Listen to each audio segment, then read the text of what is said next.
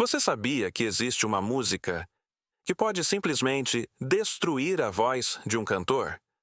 Essa é a área Rainha da Noite, da ópera A Flauta Mágica, composta por Wolfgang Amadeus Mozart. Ela exige notas tão altas que parecem humanamente impossíveis. Estamos falando de frequências que pouquíssimas pessoas no planeta conseguem alcançar, com precisão perfeita.